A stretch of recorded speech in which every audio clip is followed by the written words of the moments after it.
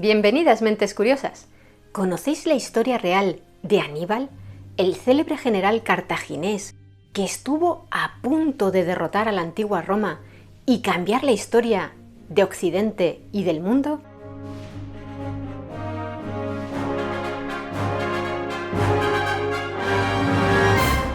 Estamos en el año 192 a.C., en la espléndida ciudad de Éfeso, situada en lo que hoy es el extremo occidental de Turquía. Reina allí Antíoco III, un monarca helenístico que tiene como asesor a uno de los hombres más famosos del Mediterráneo de aquella época, Aníbal Barca, el caudillo que unos años antes había hecho temblar a los expansionistas romanos.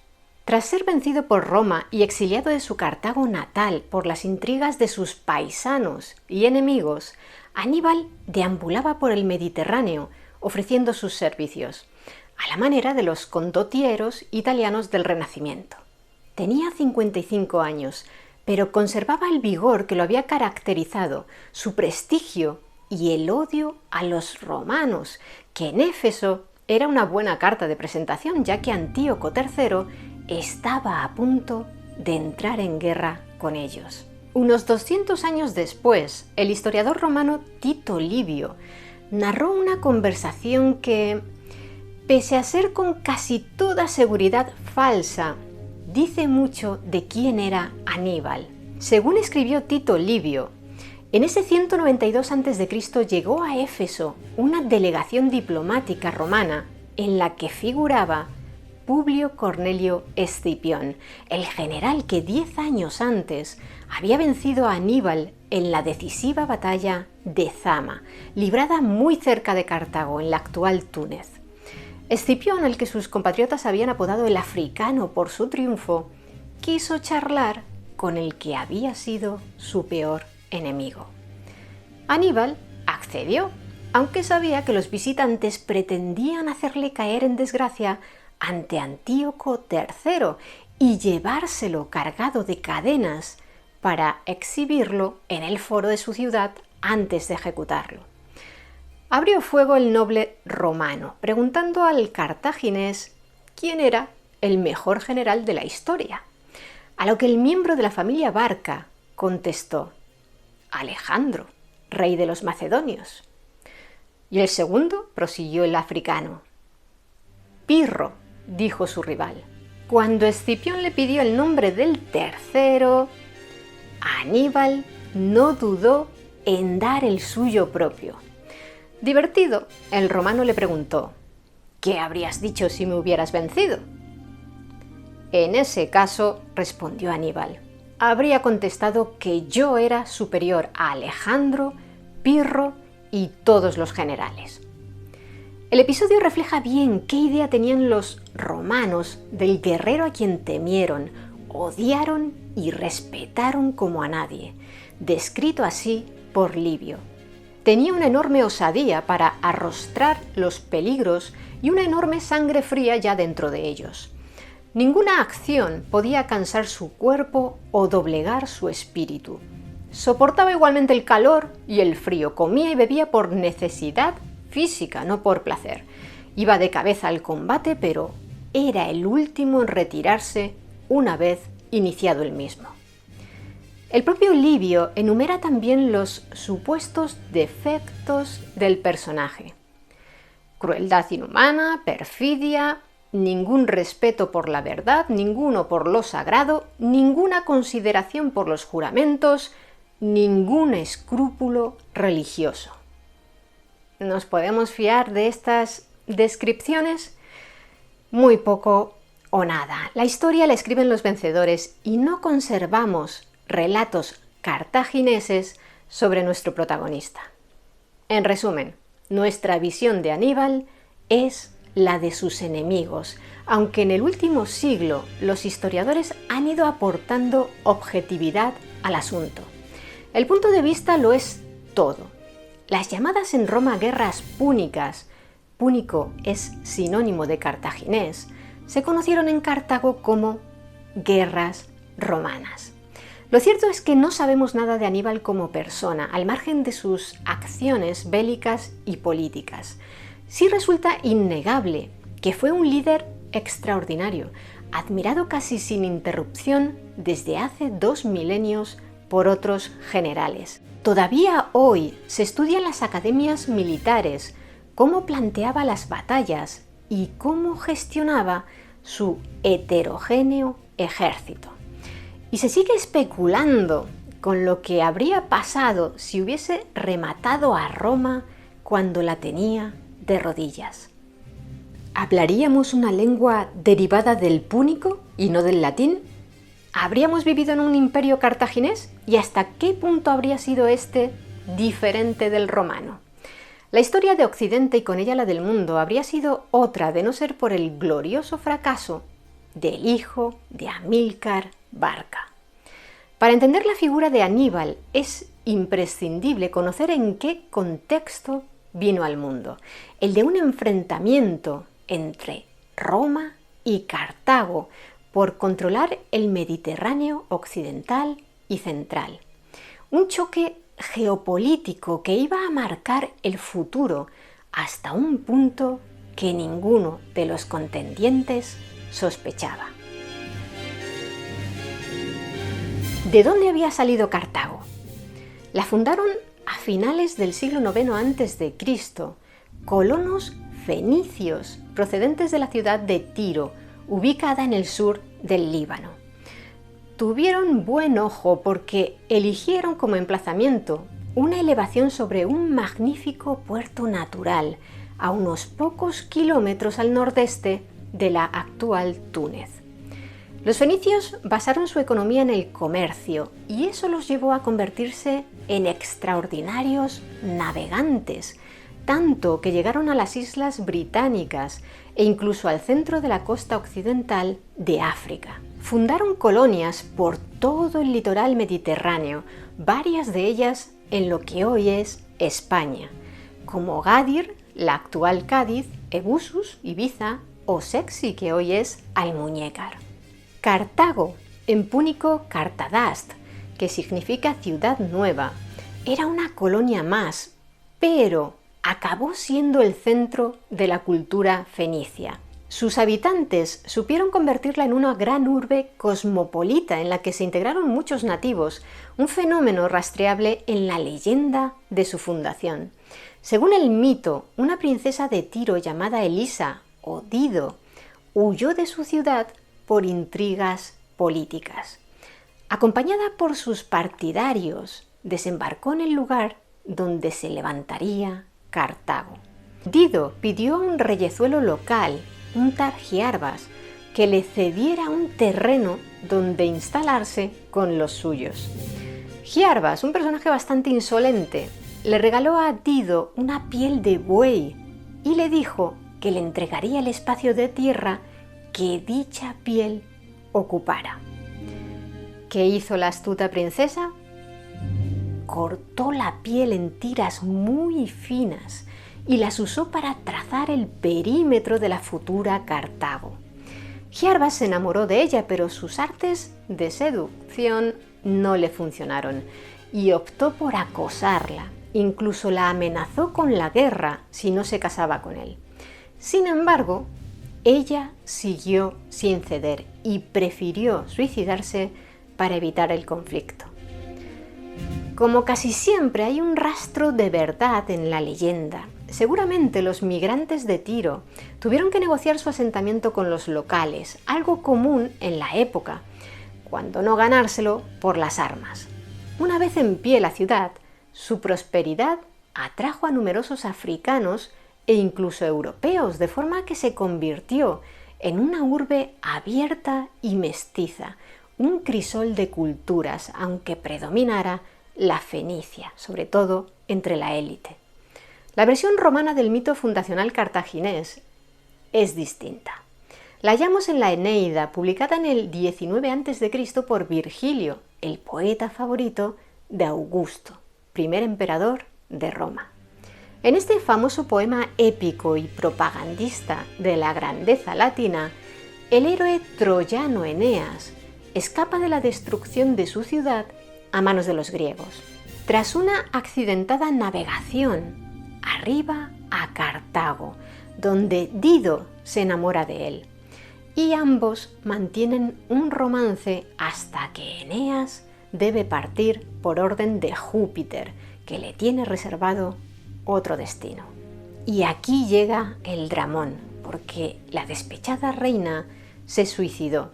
Su vida en la pira donde ardían las pertenencias abandonadas a toda prisa por su amante, se atravesó el pecho con la mismísima espada de Eneas, no sin rogar antes a los cartagineses que se vengaran de él y de todos sus descendientes, que iban a ser los romanos.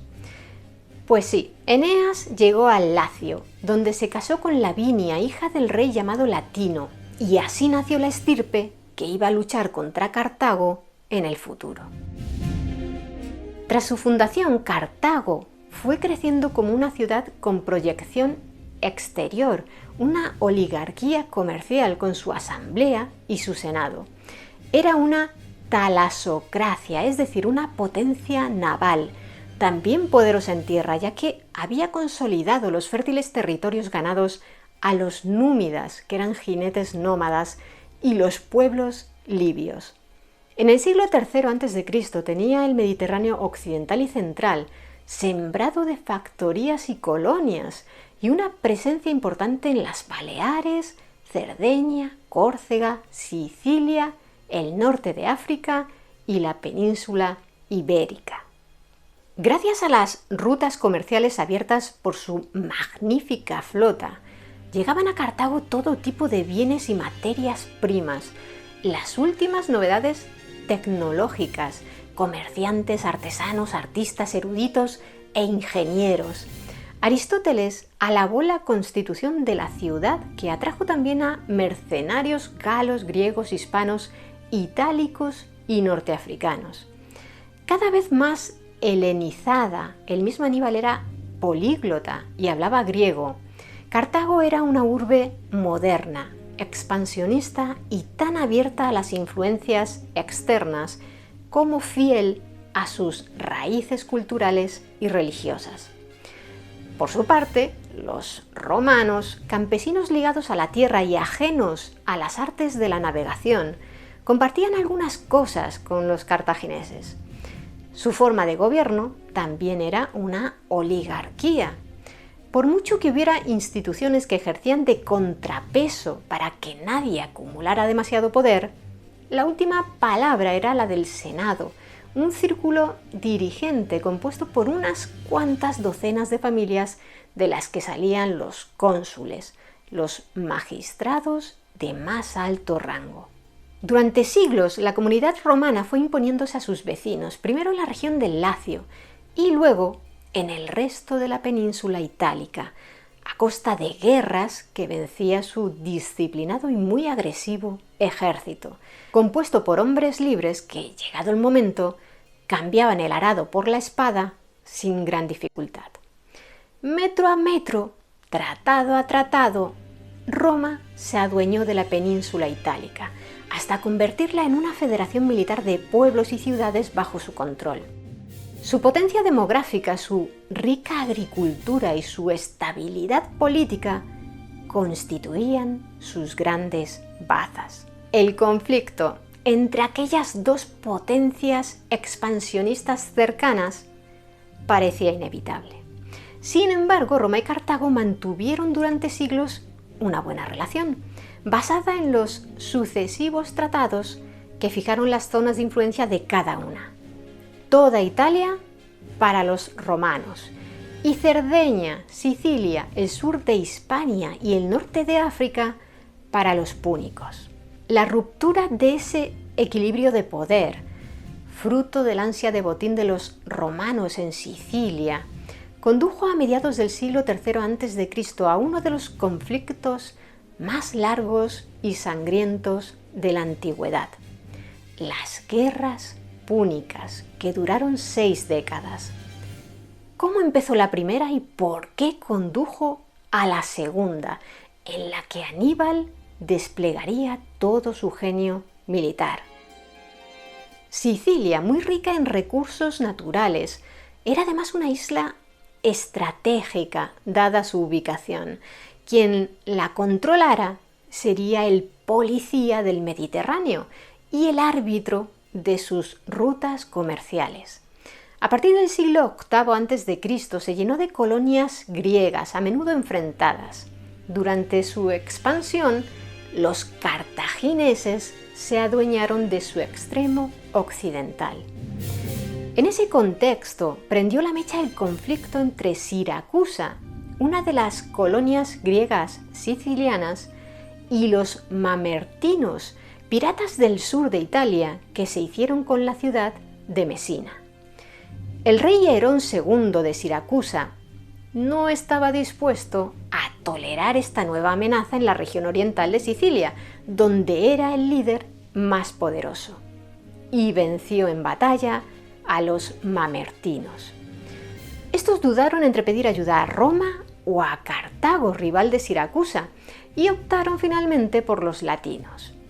Fue la excusa perfecta para los senadores y oligarcas romanos, ávidos de riquezas, y también para el pueblo llano, porque pensaban que algo les caería a ellos. En abril del 264 a.C. desembarcó en Sicilia un ejército romano, en lo que fue la primera intervención armada en el exterior de Roma, la ciudad que acabaría construyendo un imperio. El objetivo no era auxiliar a los mamertinos, sino hacerse con la isla, aunque el historiador griego Polibio escribió un siglo después que Roma actuó alarmada por la expansión cartaginesa y el temor a verse rodeada por los púnicos si estos aprovechaban las disputas en Sicilia para controlarla del todo, y seguían aumentando su presencia en Hispania. La llegada de las legiones a la isla llevó inevitablemente a la confrontación militar con los cartagineses, que consideraban Sicilia parte de su zona de influencia. El conflicto se alargó hasta el 241 a.C. y se decidió a favor de los romanos gracias a su gran capacidad para adaptarse y aprender, su ánimo guerrero y su gran superioridad demográfica. Al principio sufrieron varias derrotas debido a lo difícil que les resultaba transportar tropas y pertrechos por un mar controlado por su rival, pero persistieron y la diosa Fortuna les echó una mano. Los restos de un barco cartaginés naufragado les enseñaron a construir buenos navíos. Además, inventaron el corbus, un garfio que se enganchaba al barco enemigo y unía las dos embarcaciones de manera que podían convertir las batallas marítimas en choques de infantería, su gran especialidad. Pese a lograr algunas victorias, Cartago no pudo igualar la capacidad de su adversario para reponer una y otra vez las grandes pérdidas humanas y de navíos. Tras el triunfo romano en la batalla naval de las Islas Egadas, en el oeste de Sicilia, los púnicos, agotados, firmaron un tratado de paz muy duro. Debían abandonar su preciada Sicilia, entregar a los prisioneros sin cobrar rescate y pagar 2.200 talentos en el plazo de 10 años, una gran suma para la época. A consecuencia de la derrota, los cartagineses afrontaron una amenaza quizá peor que la de Roma. A las disputas internas acerca de la responsabilidad del desastre se unió la revuelta de los mercenarios extranjeros que componían la mayor parte del ejército que había servido en Sicilia. Exhaustos y sin cobrar la soldada o habiendo cobrado menos de lo acordado, sitiaron Cartago, apoyados por tribus norteafricanas deseosas de recuperar su independencia. La desesperada situación de la ciudad se solucionó gracias a la capacidad militar y el liderazgo de un hombre que ya había luchado en Sicilia con eficacia. Era Amílcar Barca, padre de Aníbal. Sofocó la revuelta después de 3 años de lucha sin cuartel en la que estuvo en juego la propia existencia de Cartago. Aníbal, que tenía solo 6 años cuando se inició este conflicto interno, pudo observar de cerca su desarrollo, dada la posición de su padre.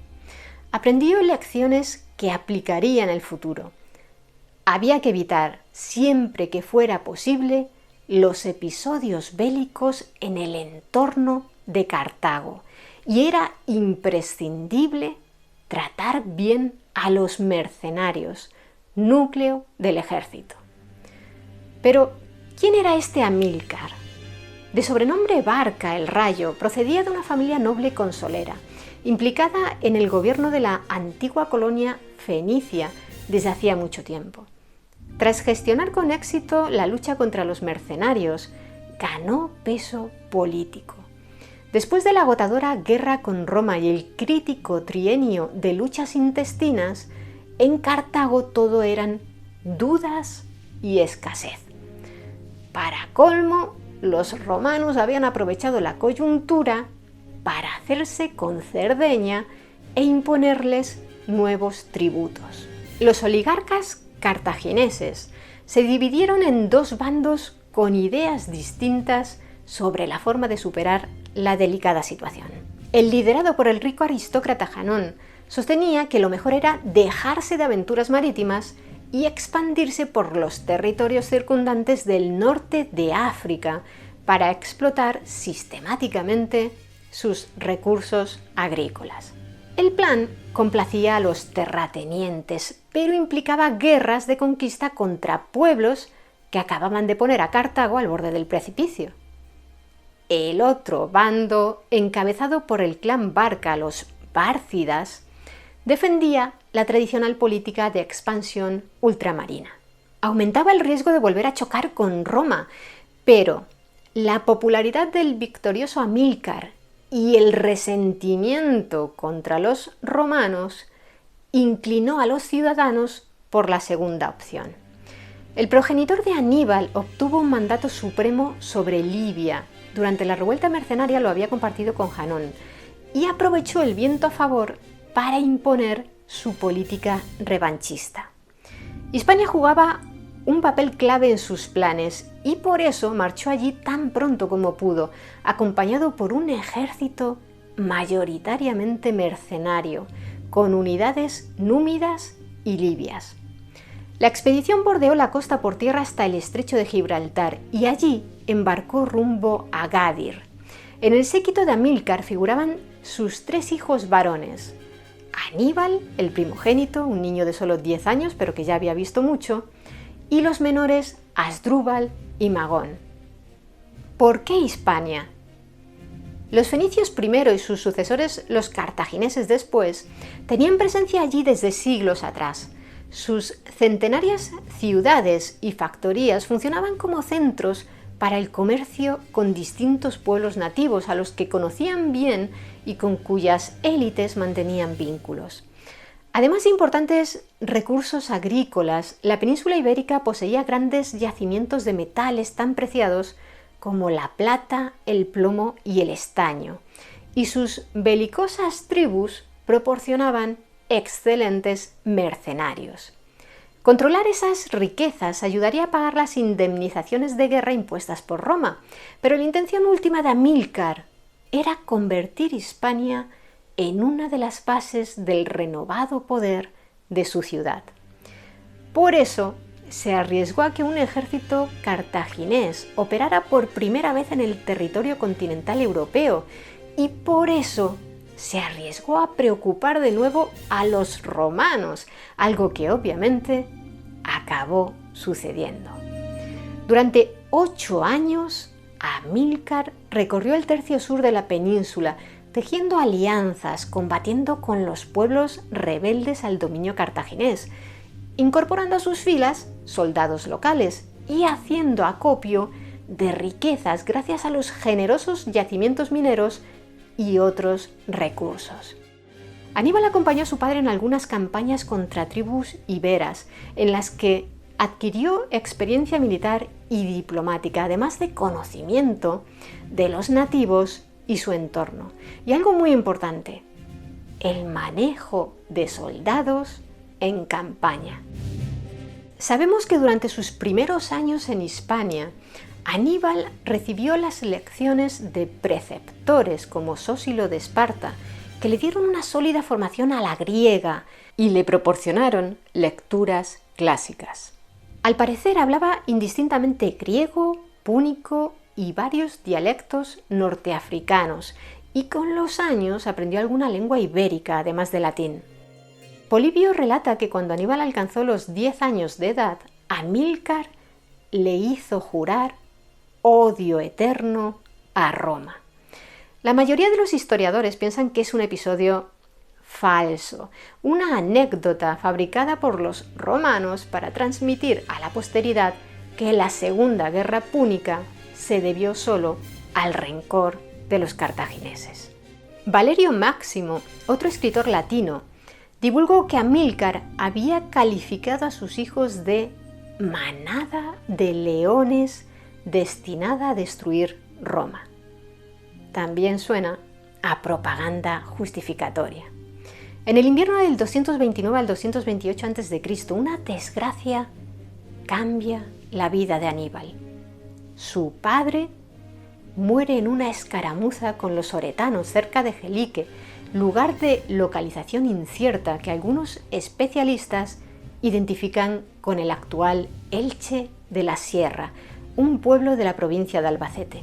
El poder pasó a manos del yerno de Amílcar, que se llamaba Asdrúbal, ¿sí? Igual que uno de los hermanos de Aníbal, y lo apodaban el Bello. El caso es que Asdrúbal el Bello consolidó el dominio bárcida sobre el sur de la península y fundó en el año 227 a.C.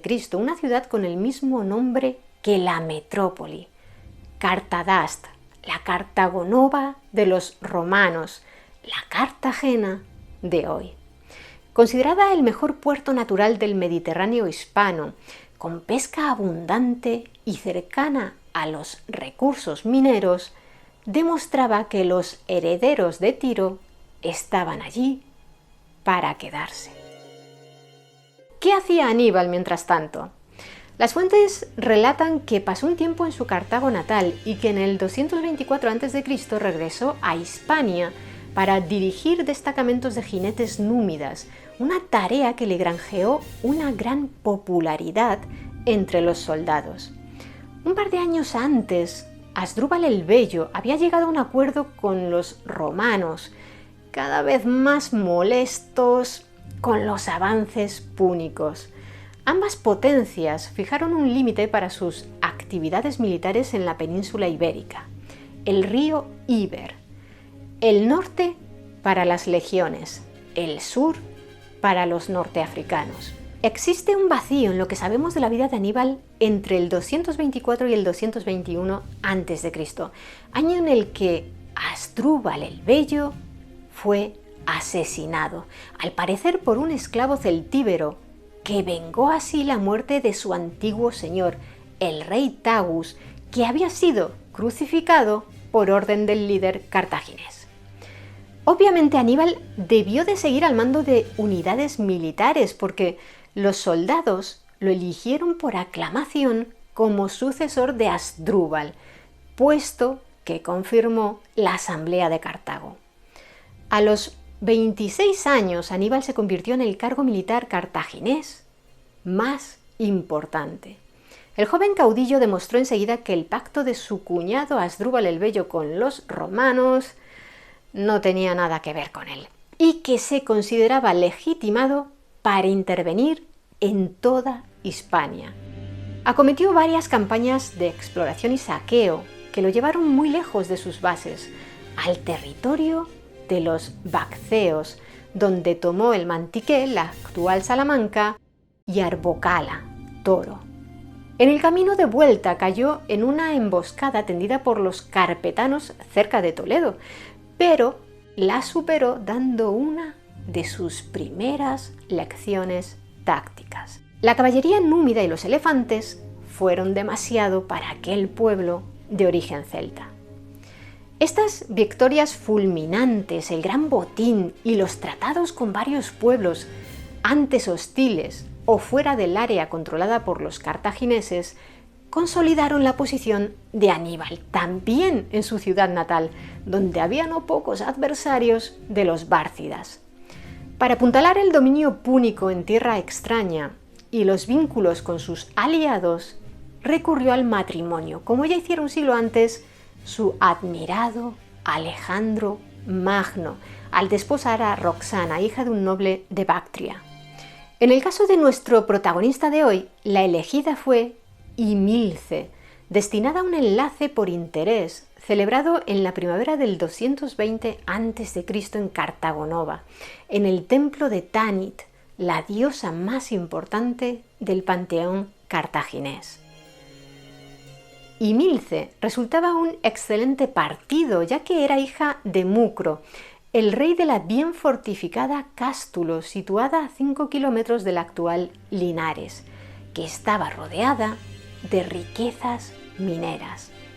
Este hombre era uno de los caudillos más poderosos de los oretanos, un destacado pueblo ibero que habitaba buena parte de lo que hoy son las provincias de Toledo, Ciudad Real y Jaén. Apenas sabemos nada de la esposa de Aníbal. En cualquier caso, es más de lo que sabemos de la madre de Aníbal, de la que no nos ha llegado ni su nombre. En su poema Púnica, el latino Silio Itálico narra que Himilce tuvo un hijo llamado Aspar con Aníbal y que éste los dejó en Gadir para que navegaran hasta Cartago, ya que estaba a punto de empezar la Segunda Guerra Púnica. Itálico añade que Himilce obedeció, ¿qué otra cosa podía hacer?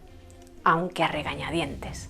Y cuenta una historia tenebrosa que parece un intento más de los romanos por presentar a los cartagineses como bárbaros, supersticiosos y crueles. Cuando la princesa Ibera y su pequeño llegaron a la metrópoli, Janón, principal rival de los Barca, solicitó al Gran Consejo que se sacrificara a Aspar, una ofrenda para rogar a los dioses púnicos que protegieran a la ciudad de la perfidia de Roma. Solo las protestas desesperadas de la madre y de Aníbal, al que se informó por carta, evitaron la muerte del niño. Es literatura, pero enlaza con una tara que helenos y latinos atribuyeron a los cartagineses y que algunas investigaciones modernas consideran cierta: el sacrificio de niños de muy corta edad para complacer a los dioses. No tenemos ni idea de lo que pasó con Himilce y Aspar. Según unos, murieron en una epidemia de peste poco antes de la definitiva derrota de Aníbal. Según otros, ella regresó sin su hijo a su población de nacimiento, Cástulo, que acabó pasándose a los romanos. Allí falleció a los pocos años. Lo seguro es que se esfumaron de la historia, aunque nos queda un rastro de la leyenda. Una estatua presuntamente procedente de Cástulo y que representaría a Himilce se encuentra en la localidad jienense de Baeza, un precioso pueblo de España, en su plaza del Pópulo. Las nuevas alianzas, como la que acabamos de contar, crearon tensiones en Hispania. Los turboletas, un pueblo celtíbero afincado en lo que hoy es la provincia de Teruel, solicitaron unirse a los pactos con Aníbal.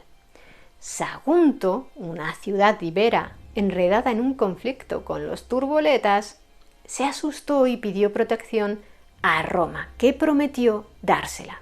Envalentonados con esa promesa, los saguntinos declararon la guerra a los turboletas, que a su vez pidieron ayuda a Aníbal en nombre del pacto vigente.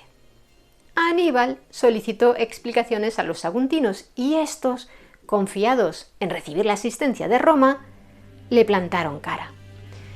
Pero las legiones estaban ocupadas en otros conflictos en el exterior y no aparecieron. El resultado: un asedio de 8 meses en el que el bárcida recibió un lanzazo en la pantorrilla, prueba de que luchaba en primera línea. La victoria cartaginesa fue seguida por un saqueo indiscriminado y una represión especialmente sangrienta, destinada a enviar un mensaje a todos los pueblos de la península. Los romanos no tenían derecho a inmiscuirse en los asuntos hispanos y sus promesas de protección eran papel mojado. Corría el año 218 a.C. y otra guerra entre las dos potencias parecía inevitable. Al conocer lo sucedido, los romanos enviaron una embajada senatorial a Cartago con la exigencia de que cesaran las actividades de Aníbal y éste les fuera entregado. Según Polibio, el senador de mayor edad mostró su manto a los senadores cartagineses y les dijo que allí llevaba la guerra y la paz, los sacudiría y les soltaría lo que eligieran. Le animaron a que hiciera lo que quisiera, y cuando el romano dijo que le soltaba la guerra, la mayoría de los componentes del Senado gritó que la aceptaban. Marte volvía a escena. Los romanos comenzaron a concentrar tropas en el sur de Italia y en Sicilia, con el objetivo de atacar al enemigo en su propia casa. Pero Aníbal se les adelantó y les llevó la guerra a Italia, a las puertas de su ciudad. Había preparado durante meses la expedición, que exigía un enorme esfuerzo logístico, enviar legados por delante para pactar con los pueblos que encontrarían el camino y cerrar un acuerdo con los celtas que combatían a los romanos en el norte de la península itálica. Roma tenía espías en Hispania, pero no se percató de lo que se le avecinaba. Aníbal también disponía de informadores en territorio enemigo, y eficaces. Gracias a ellos conocía el estado de las legiones, su número, su moral de combate y sus últimas tácticas.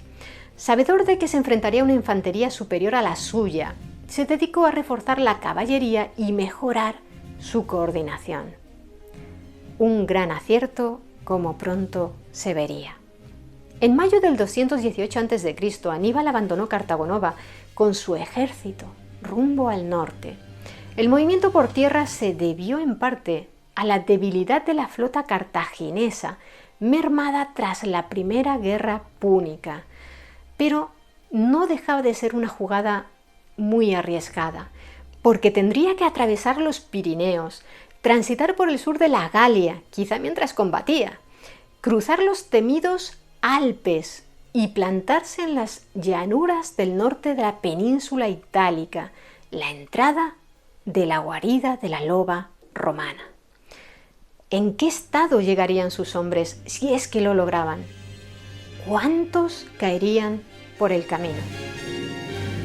Antes de relatar semejante odisea, habría que describir las características de las fuerzas con las que contaba el general cartaginés y las de sus oponentes.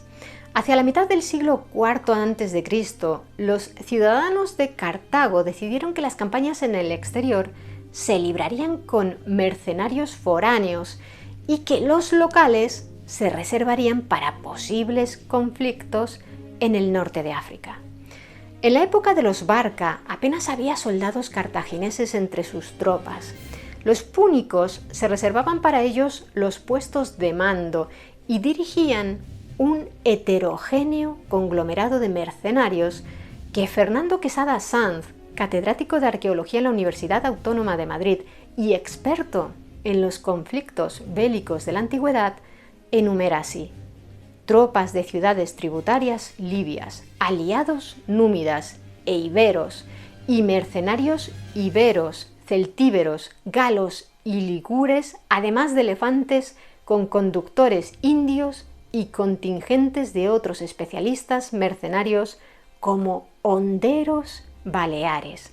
Por tanto, lo que definía al ejército de Aníbal era su carácter multinacional, como diríamos ahora. Esto complicaba su manejo. Hay registrados numerosos ejemplos de la deserción de mercenarios en las campañas de los generales cartagineses, de su escaso entusiasmo a la hora de combatir y de conflictos causados por la tardanza en pagarles o porque directamente no les pagaban. Pero con el hijo de Amílcar Barca era otra cosa, lo que indica que debía de poseer un gran carisma, fundamentado en el ejemplo que daba. Como ya hemos dicho al principio, citando a Tito Livio, Aníbal era el primero en lanzarse a la batalla y el último en abandonarla. Combatía en primera línea y compartía con sus hombres todas las penalidades. Las fuentes dicen que conocía a muchísimos soldados por su nombre, que los felicitaba y confortaba tras las batallas y que se preocupaba por los heridos. Además, de niño había visto la importancia de pagar a tiempo a los mercenarios y de respetarlos. No les ocultaba la verdad y les exponía de forma muy clara las dificultades a las que se enfrentaban. Este comportamiento, unido al innegable genio táctico del Bárcida, caló en los combatientes a sueldo, que establecieron un vínculo personal con su jefe. Agotados y en tierras extrañas, heridos, hambrientos, muertos de frío o de calor, no luchaban por Cartago. Para ellos, un ente abstracto o incluso una potencia a la que temer. Luchaban por sus vidas y por Aníbal, con el que establecían un vínculo que se fortaleció con los rigores sufridos en común a medida que la guerra se alargaba. Desde un punto de vista puramente militar, se trataba de una fuerza versátil, con una infantería ligera y un uso inteligente de la movilidad y la rapidez de la caballería númida. Remataban el pastel los tanques de la guerra en la antigüedad, los elefantes, que merecen un capítulo aparte. ¿En qué piensa mucha gente cuando escucha hablar de Aníbal? En sus elefantes embistiendo al enemigo o cruzando los Alpes entre ventiscas. La importancia simbólica de estos animales ha quedado reflejada por su representación, montados o no, en las monedas acuñadas por los bárcidas en la península ibérica. Los cartagineses los empleaban en el campo de batalla, aunque conocían los riesgos. Cuando se asustaban o resultaban heridos, nadie sabía cómo iban a reaccionar. A menudo arrollaban a sus propios dueños.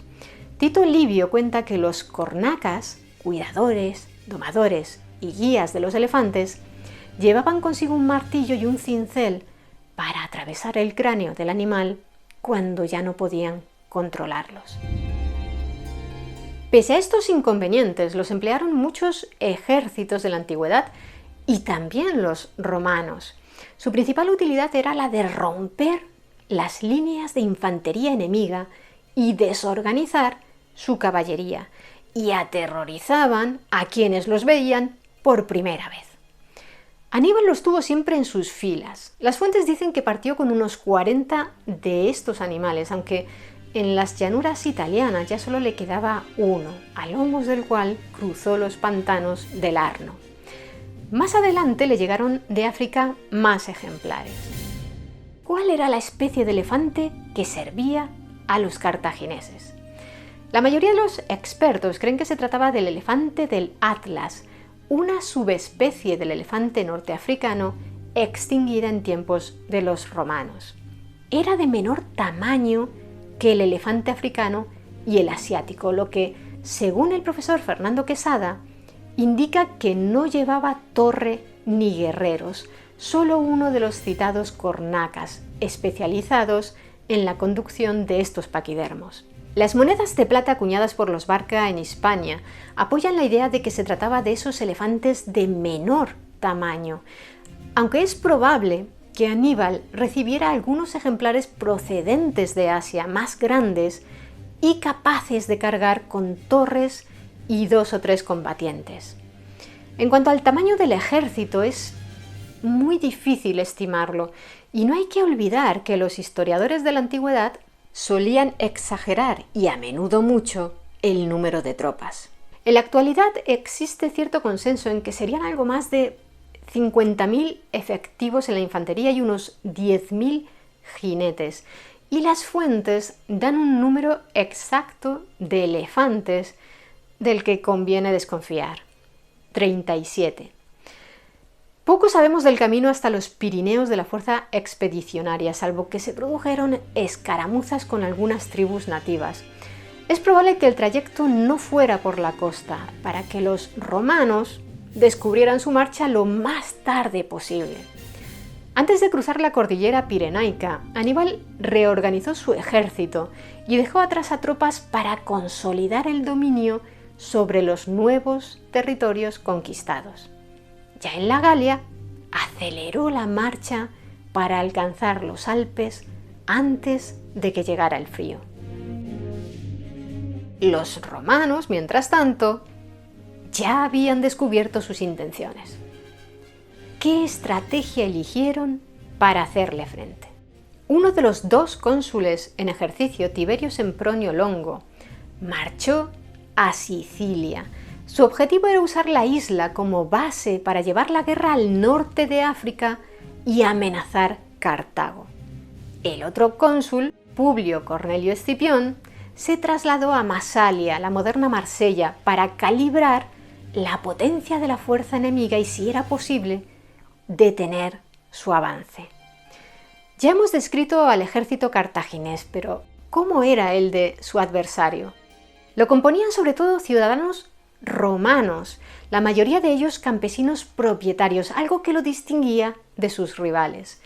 Se basaba en una sólida infantería de línea, apoyada por infantería ligera, caballería y las tropas de los aliados itálicos, casi idénticas a las legiones. Su flexible estructura de centurias, manípulos y líneas dotadas de diferentes armas funcionaba bien y, pese a su complejidad, resultaba más fácil de manejar en batalla que las unidades mercenarias de Cartago, por 2 razones. Los mandos latinos compartían con sus subordinados lengua, cultura y religión, y no poseían elefantes ni unidades muy especializadas. En suma, tal vez era menos ágil que el norteafricano, pero más fiable. Descritos los contendientes, regresemos a la acción. Como dijimos, Publio Cornelio Escipión esperó a Aníbal en los alrededores de Masalia, junto a la costa. En agosto del 218 a.C., sus hombres tuvieron algún contacto con unidades avanzadas cartaginesas, pero el Bárcida siguió un camino más al norte, que lo llevó a cruzar el caudaloso río Ródano, pese al hostigamiento de algunas tribus galas. Polibio cuenta que cada elefante cruzaba sobre 2 balsas atadas. Sobrevivieron casi todos los animales. Superado por su flanco derecho, Escipión regresó por mar a Italia tan rápido como pudo y envió 2 legiones a Hispania para hostigar las líneas de abastecimiento de los cartagineses, cada vez más largas y, por tanto, más vulnerables. Mientras, Aníbal afrontó el reto por el que más se le recuerda: cruzar los Alpes, a donde llegó 5 meses después de su partida. Era octubre, cuando el frío, el hielo y la nieve hacían su aparición. Como ya dijimos, el general cartaginés había preparado larga y concienzudamente la expedición, por lo que contaba con algunos abrigos de montaña y puntos donde abastecerse de víveres y armas. La diplomacia había sido fundamental para lograrlo. Aunque hubo tribus galas hostiles, otras se avinieron a pactos y proporcionaron provisiones y guías. En cualquier caso, el paso fue muy duro, sobre todo el descenso. Perecieron muchos hombres y caballos a causa del frío, los accidentes, las enfermedades y el agotamiento. La gran mayoría de los elefantes, si no todos, sucumbieron al clima y la dureza del camino. En cuanto al trayecto exacto, historiadores y arqueólogos siguen sin ponerse de acuerdo. Por cierto, la representación de este suceso ayudó a Francisco de Goya a progresar en su carrera. En abril de 1771, a punto de acabar sus años de formación en Italia, el pintor aragonés participó en el concurso de pintura de la Real Academia de Bellas Artes de Parma, ciudad que mantenía estrechos lazos con la corte de Madrid. El joven artista sabía que si destacaba allí, su nombre empezaría a sonar en España. Presentó un lienzo de gran tamaño, Aníbal vencedor que por primera vez mira Italia desde los Alpes. No ganó, pero recibió una mención honorífica que le dio cierta fama.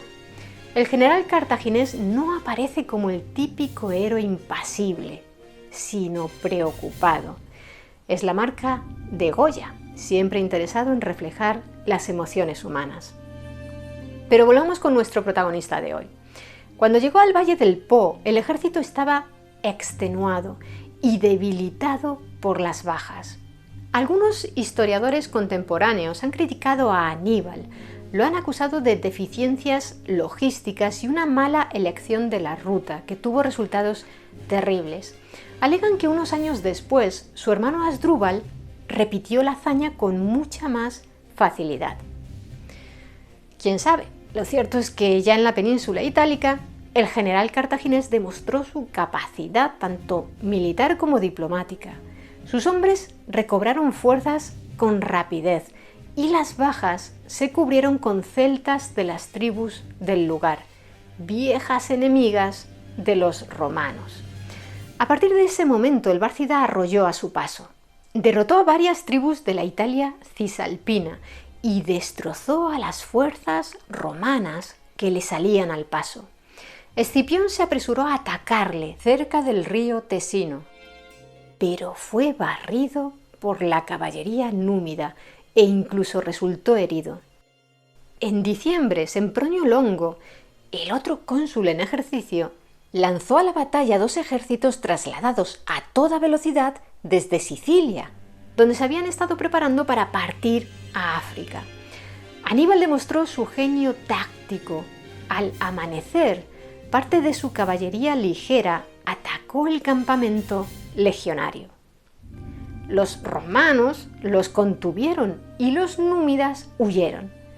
Seguros de su victoria, los legionarios los persiguieron y cruzaron el río Trebia. Cansados, empapados y con el estómago vacío, no les había dado tiempo a desayunar, se encontraron con todo un ejército descansado y listo para la acción. Además, Aníbal había ocultado en las cercanías del campamento romano a 2000 soldados de élite que volvieron sobre sus pasos. El ataque de la caballería había sido un cebo para atraer a las legiones a una trampa. Rodeadas por todos los flancos, fueron masacradas. Los comandantes romanos, ansiosos de prestigio, se habían precipitado y habían atacado a su enemigo sin medir bien sus fuerzas reales. Además, Aníbal mostró astucia tras sus 2 victorias. Liberó a todos los prisioneros itálicos sin pedir rescate. Era un primer paso para llamar a la rebelión a los pueblos de Italia sometidos por Roma, algo que no logró de la forma masiva que a él le hubiera gustado. Los romanos se valieron de su potencia demográfica para reclutar tropas de refresco. Aníbal, tras invernar en Bononia, Polonia, retomó la marcha en la primavera del 217 a.C. y se dirigió al sur. Cruzó los Apeninos y poco después se quedó tuerto a causa de una enfermedad ocular no identificada. Estaba a punto de obtener otra gran victoria gracias a su astucia y al nerviosismo del enemigo. Simuló dirigirse a Roma, lo que inevitablemente atrajo a las fuerzas comandadas por uno de los nuevos cónsules, Cayo Flaminio. La red de espías e informadores de Aníbal debía de ser formidable porque siempre conocía el estado y número de los enemigos, las condiciones del terreno e incluso las debilidades del carácter de los jefes enemigos. En el caso de Flaminio, su defecto era la impulsividad. Todos los movimientos de los cartagineses se dirigieron a atraer a sus legiones a una estrecha carretera al norte del lago Trasimeno, cosa que lograron sin que el magistrado tomara las debidas precauciones. Allí los esperaban apostados los púnicos. La estratagema funcionó y Aníbal se marcó otra victoria aplastante. Murieron más de 10.000 romanos, Flaminio entre ellos, y 15.000 fueron hechos prisioneros.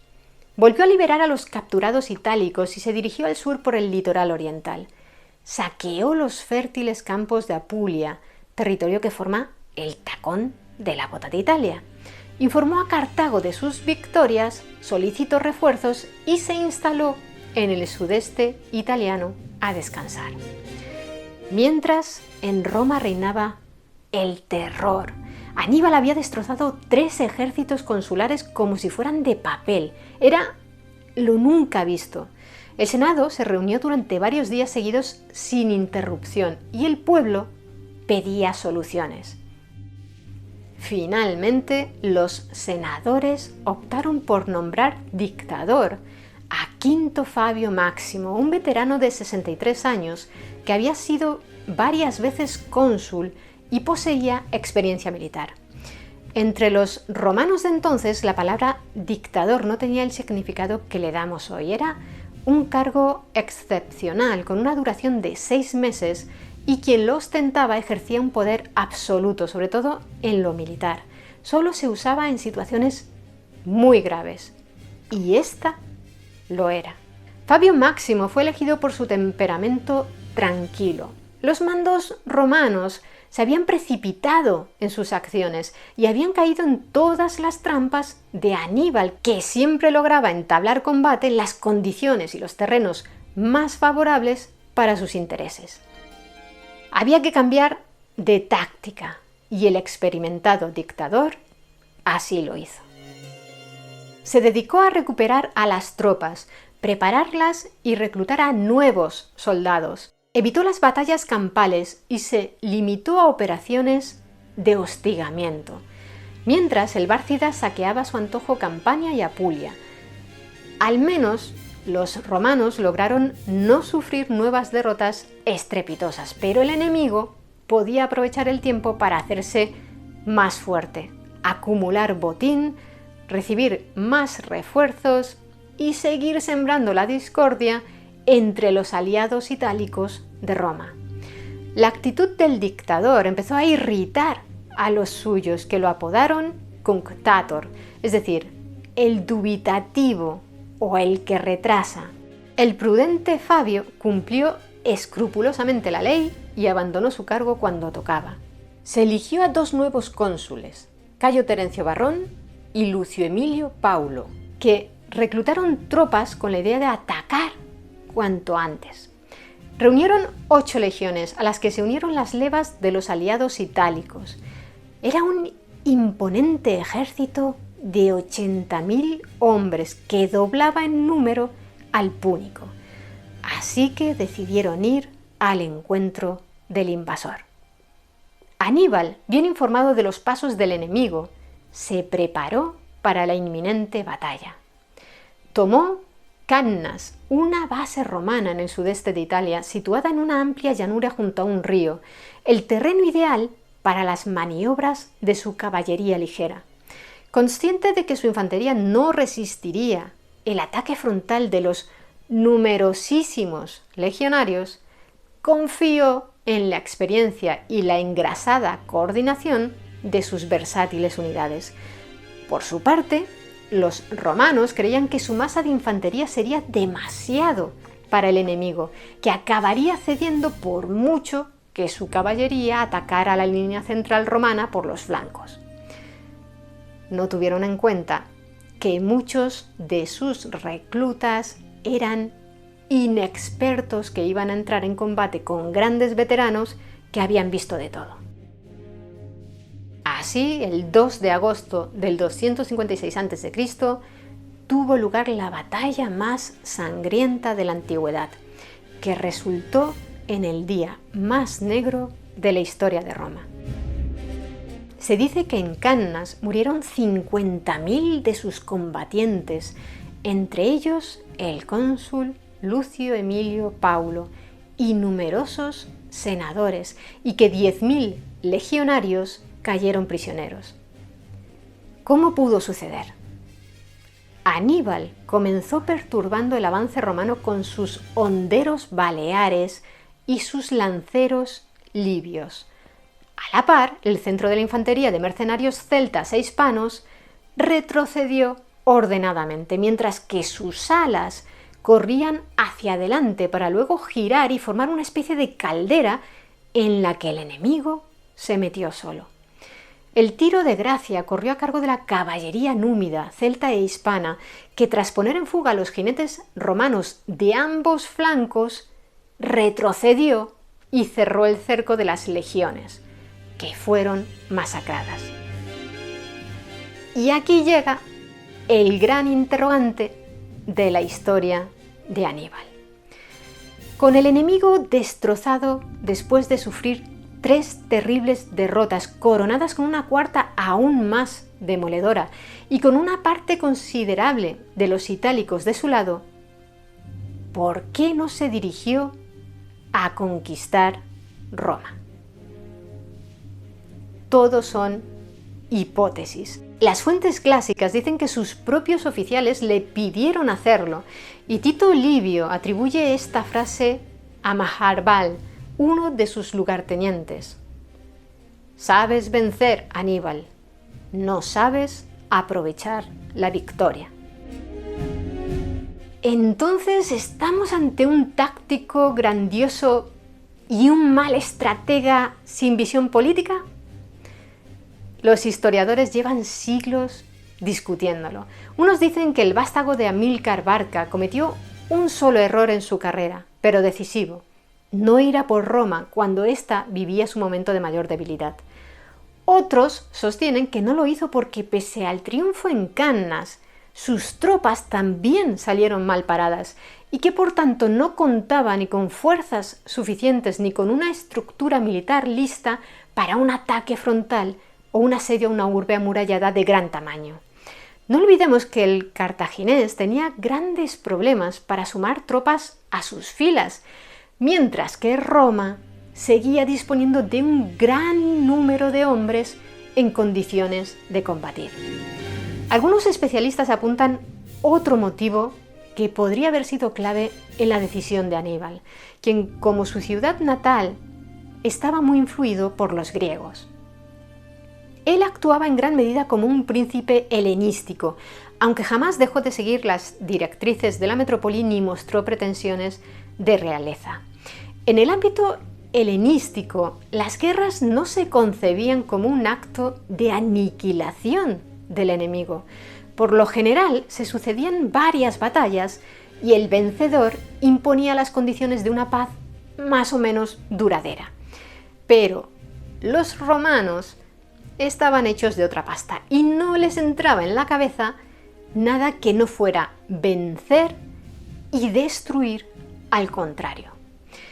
Tras el desastre de Cannas, con una rodilla en tierra, rechazaron negociar. Como escribió Polibio, cuando luchan por su patria y por sus hijos, los romanos casi nunca ceden en coraje. Normalmente mantienen su espíritu belicoso hasta haber derrotado a sus adversarios. Para Aníbal, esa actitud resultaba incomprensible. Quizá por eso, esperando que los latinos entraran en razón y acabaran entablando conversaciones, no se dirigió a Roma. Eso es lo único seguro, que no lo hizo. Probablemente nunca sabremos qué pasó por su cabeza ni si cometió un error. Quién sabe, puede que los testarudos romanos hubieran resistido el ataque directo a su amada ciudad. La guerra entró entonces en una nueva fase. Los romanos, aterrorizados por el peligro pero dispuestos a plantar cara, empezaron a actuar con mayor unidad y las tensiones entre ricos y pobres disminuyeron. Remaron todos a una para reconstruir el ejército y tomaron medidas desesperadas, como reclutar a 8.000 esclavos a los que prometieron la libertad, algo inaudito. Aníbal, por su parte, se reponía junto a Capua la segunda ciudad más grande de Italia, que se le había unido. Un año después de Cannas, los romanos habían formado 20 legiones. Sus recursos, resistencia y capacidad de recuperación no tenían parangón en todo el Mediterráneo. Aníbal sabía que sin refuerzos de Hispania y Cartago acabaría perdiendo.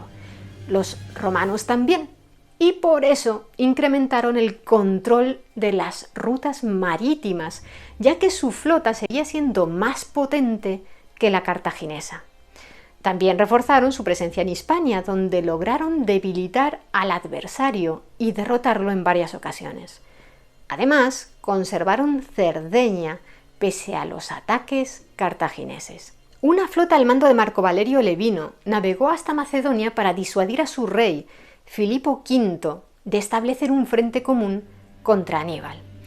Se pasó de una guerra de movimiento a una de posición, en la que el caudillo cartaginés, aislado en territorio enemigo, tenía las de perder a largo plazo. Pese a algunas victorias más, Aníbal comenzó a sufrir la presión de los triunfos romanos y Cartago la escasez derivada de un conflicto tan duro y largo. En el 212 a.C., las legiones romanas conquistaron la ciudad siciliana de Siracusa, que hasta entonces había logrado resistir un largo asedio, gracias en parte a los inventos del célebre científico griego Arquímedes, asesinado durante el saqueo. Los romanos asediaron Capua y el general púnico, para aliviar la presión sobre esa ciudad, marchó hasta las cercanías de Roma. Los latinos no retiraron sus tropas de Capua y Aníbal admitió el fracaso de su maniobra de distracción. De este episodio surgió la famosa frase Aníbal ad portas, Aníbal está a las puertas, con la que las madres romanas seguirían asustando a sus pequeños siglos después. Capua cayó en el verano del 211 a.C. y los romanos la usaron como advertencia para el resto de Italia.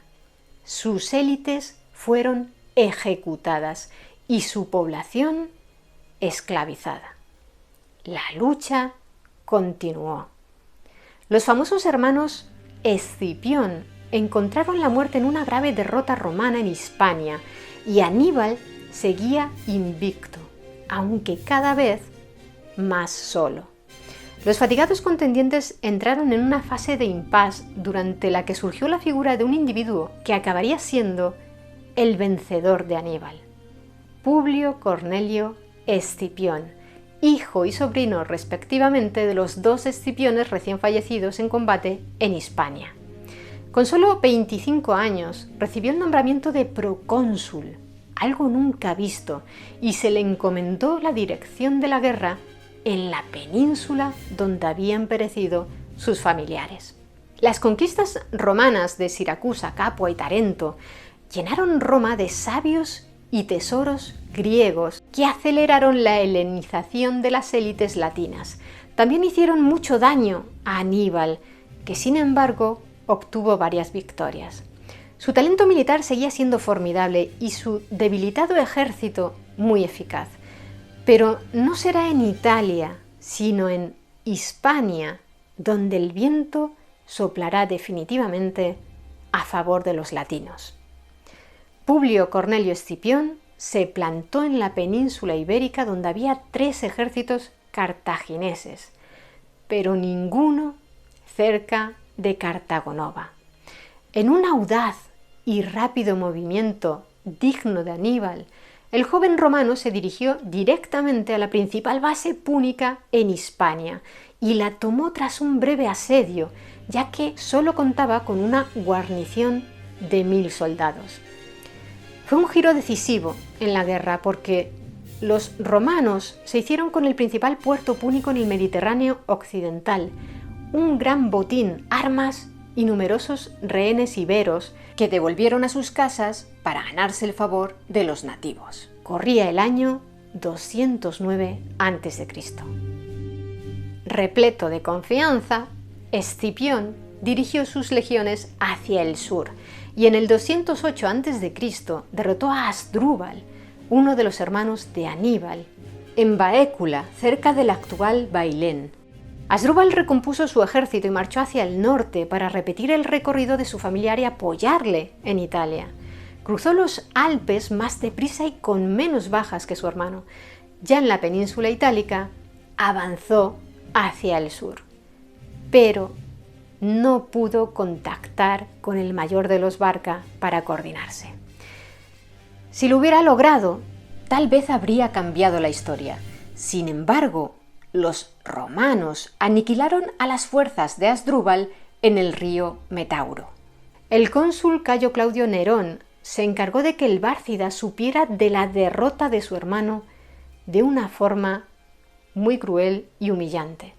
Hizo que la cabeza de Asdrúbal fuera lanzada al interior de su campamento en Apulia.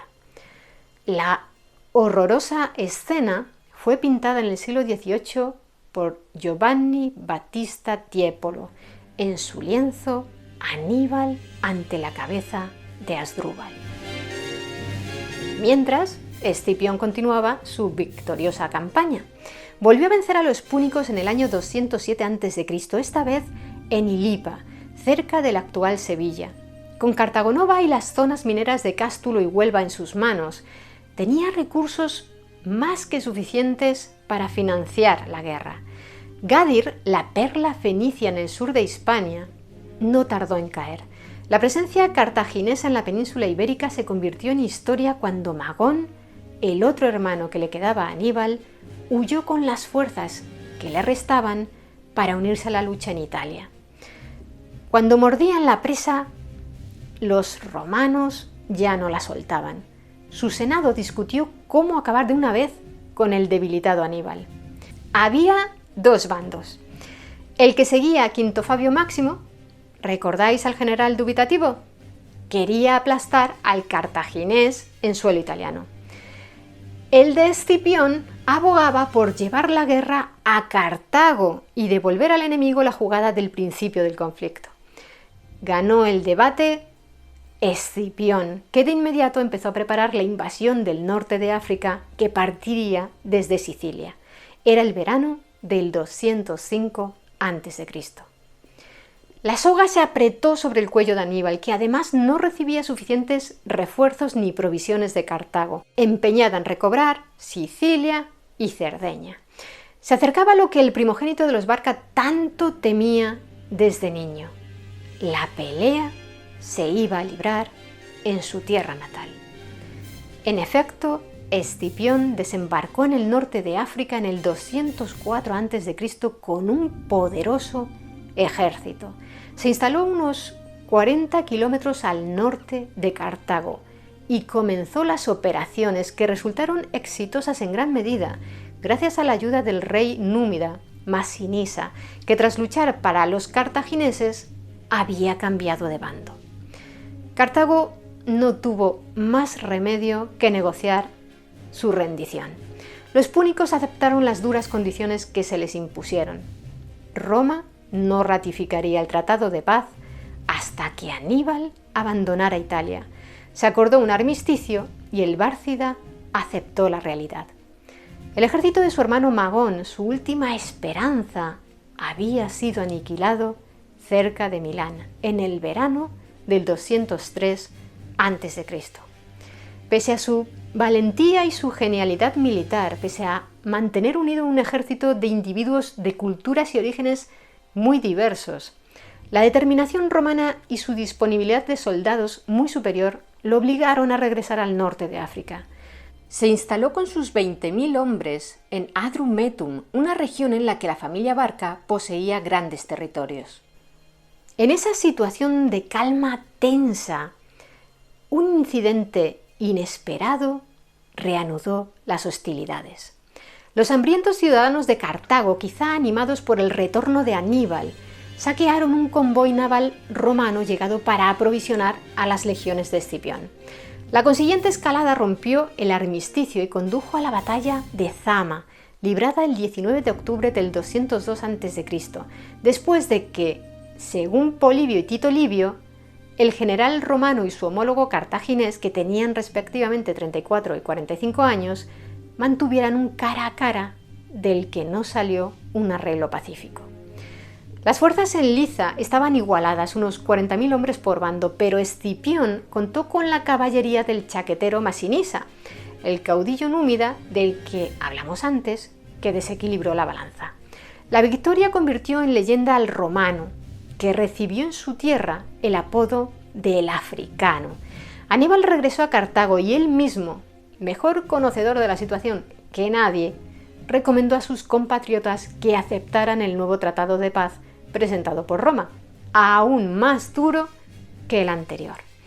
Entre otras cosas, la antigua colonia de Tiro debía renunciar a todas sus posesiones exteriores, ceder amplios territorios africanos a Masinisa, dejar de usar elefantes de guerra, reducir su flota a 10 navíos y pagar 10.000 talentos de plata, una enorme fortuna en concepto de indemnización de guerra. Nada se habló de Aníbal, y los romanos remataron la humillación haciendo salir a mar abierto los navíos entregados para prenderles fuego y que sus enemigos pudieran verlos arder desde su ciudad. Roma daba así sus primeros pasos hacia el imperio y Cartago se convertía en su protectorado. Una historia alternativa, un Mediterráneo no dominado por los latinos, pasaba al cajón de los ¿y si? Pero Aníbal seguía vivo y los romanos no dejaron de vigilar sus pasos. Se sabe mucho más de los años de carrera militar de Aníbal que de los que siguieron a su derrota. Había asombrado a todo el mundo antiguo y puesto a Roma contra las cuerdas, pero pasados sus días de gloria, sus contemporáneos se centraron en otros asuntos y de ahí que nos haya llegado mucha menos información. Lo que sí conocemos de sus últimos años de vida sugiere que su talento no se limitaba al campo de batalla.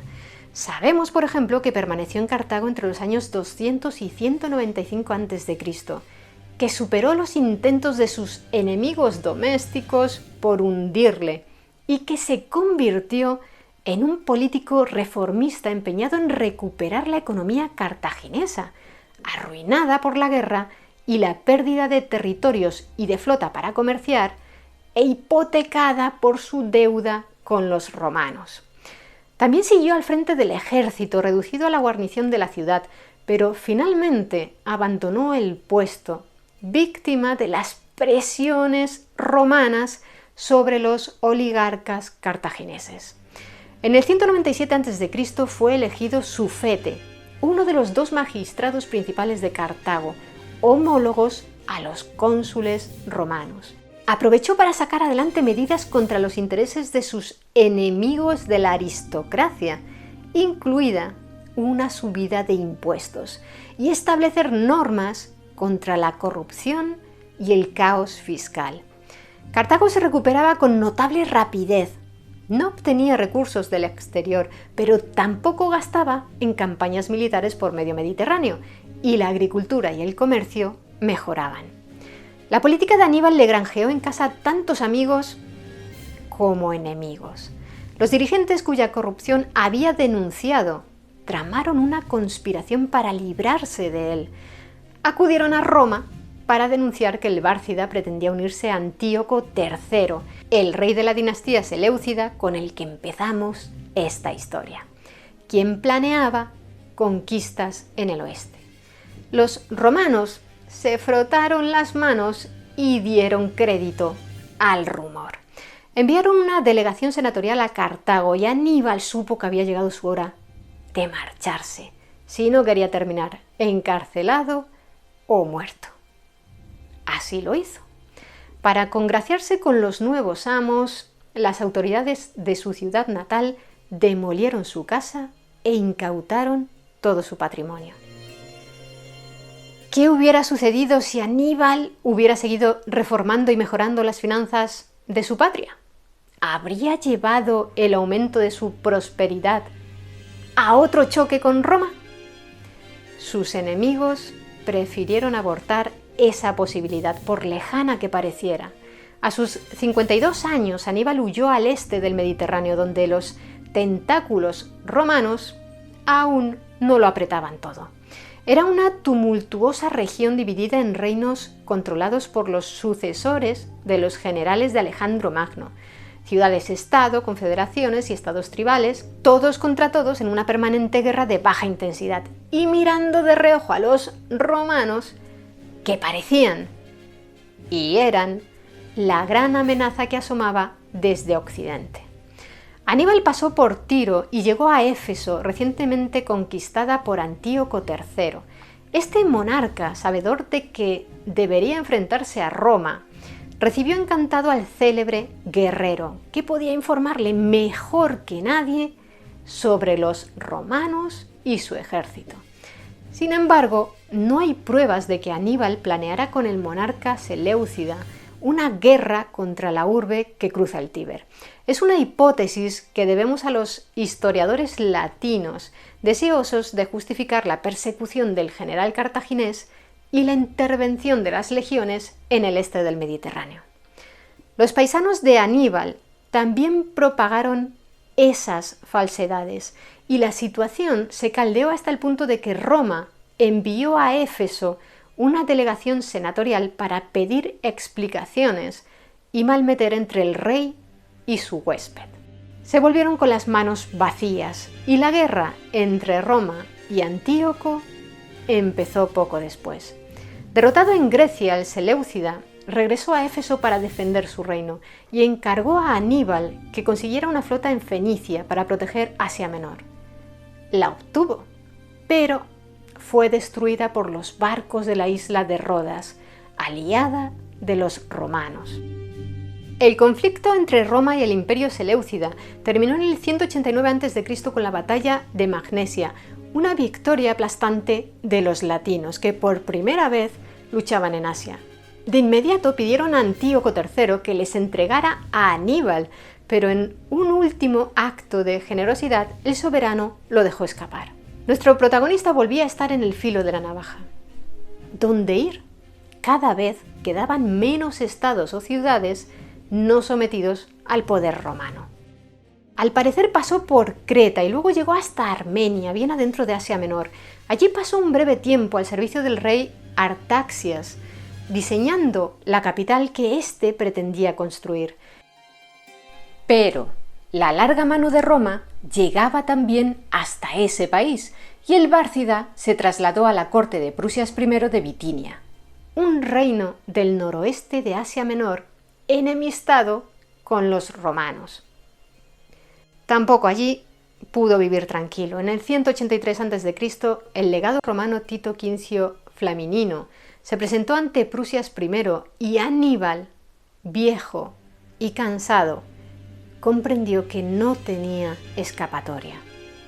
Ese mismo año o al siguiente, las fuentes discrepan, se suicidó, harto de huir en un mundo que ya no era el suyo. ¿Y qué ocurrió con Cartago? No duró mucho tras la desaparición de su hijo más ilustre. Los romanos la arrasaron en el 146 a.C., haciendo buena la frase atribuida a Catón el Viejo que cuenta la historia, cerraba todas sus intervenciones en el Senado, trataran de lo que trataran, con la frase Cartago delenda est.